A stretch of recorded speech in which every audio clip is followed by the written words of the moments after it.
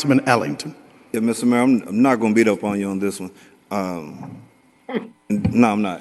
Next and you one. also gave me a chance to ask you some questions. So, basic point of concern, and I'm going to ask this in a question form. Ms. Grant stated, or at least it seems like she stated, that this lawsuit was founded for the taxpayers. It was founded because against the border police, against taxation without representation, and also the Equal Protection Clause. So the question I have is, if we actually believe as a city that we should have local control and that there is an issue with Equal Protection Clause or representation without taxation, why would we settle it? That would not compel any type of policy change.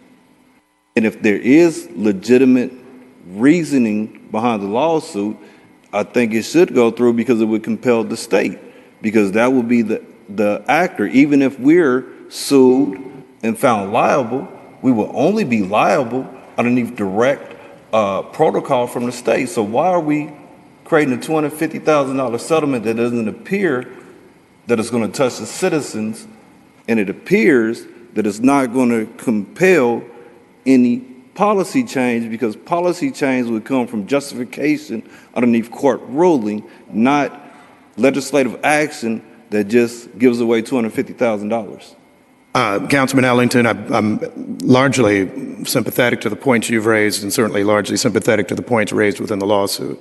I think there is some question unresolved, and I won't get into legal depth as to the city's ability to at least represent Ms. Grant more fully in connection with the litigation. That is unanswered, and for anybody watching this later, I'm not speaking necessarily to that. I think that after discussion between counsel for the parties represented, at least in this settlement, it was understood that Ms. Grant is comfortable proceeding without the city in that position and continuing to aver her claims at issue without the city defendants and without potential exposure as to the city defendants beyond that. I will note this, however, right? This ordinance does not necessarily foreclose the opportunity for you or anyone to bring an ordinance at some point at which we may wish either to join that action or anything of that sort. You know what, and I appreciate that, Mr. Mayor. I'm going to say this and sit down. What concerns me about legislative settlements in conjunction with civic organizing engagement, and I'm going to use the rainbow.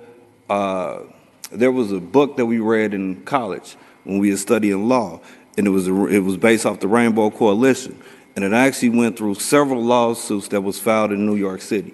And the thing that I found troublesome was most of those lawsuits, once they were settled, there was no more civic organizing or policy change.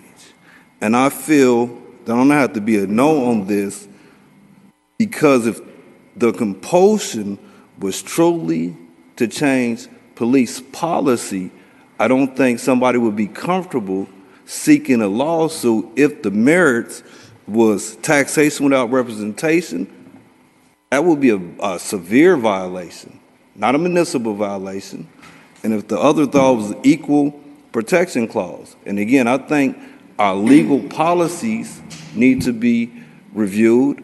I think we should have a citizen review board that actually can compel disciplinary procedures, but I don't see the settlement doing none of them. It seems like we're going to sweep all of that settlement underneath the rug when nobody is paying attention. And I requested, and maybe I can ask legal now, how many lawsuits have we actually had underneath the same premise? Or can I ask that in here? I sunshine it, I requested it. I'll wait till I get the information. That way I'll be okay. I'll just